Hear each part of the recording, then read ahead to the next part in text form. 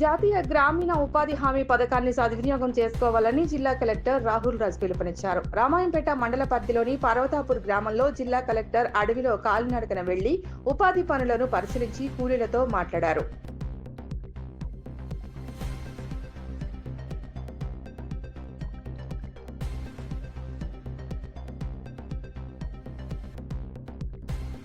ఈరోజు పర్వతాపూర్ ఊరికి సంబంధించి ఉపాధి హామీ పథకం పనులు చూడడానికని రామాయంపేట మండలికి రావడం జరిగింది.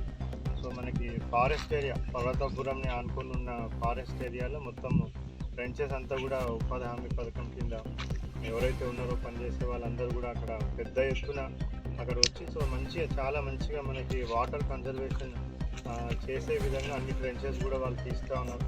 సో అక్కడ మొత్తం వాళ్ళు తీసిన ట్రెంచెస్ అంతా కూడా పరిశీలించడం జరిగింది. ఆ మెజర్మెంట్స్ అంతా కూడా చూడడం జరిగింది. మనకి ప్రిస్క్రైబ్డ్ మెజర్మెంట్స్ ఏవైతే ఉన్నాయో దానికి అనుగుణంగానే మరి వాళ్ళందరూ కూడా చాలా కష్టపడి ఆ ట్రెంచెస్ అంతా కూడా తీస్తూ ఉన్నారు. మరి వాళ్ళందరూ కూడా అంత కష్టపడుతున్న వాళ్ళందరూ కూడా డిస్ట్రిక్ట్ అడ్మినిస్ట్రేషన్ తరఫున ధన్యవాదాలు తెలుపుతూ ఉన్నాను. సో అదేవిధంగా మరి మన జిల్లా వ్యాప్తంగా కూడా సుమారుగా ఇప్పుడు ఉపాధి హామీ పథకం కింద సుమారుగా పర్ జీపీ యావరేజ్గా 50 మంది వరకు పనిచేస్తూ ఉన్నారు.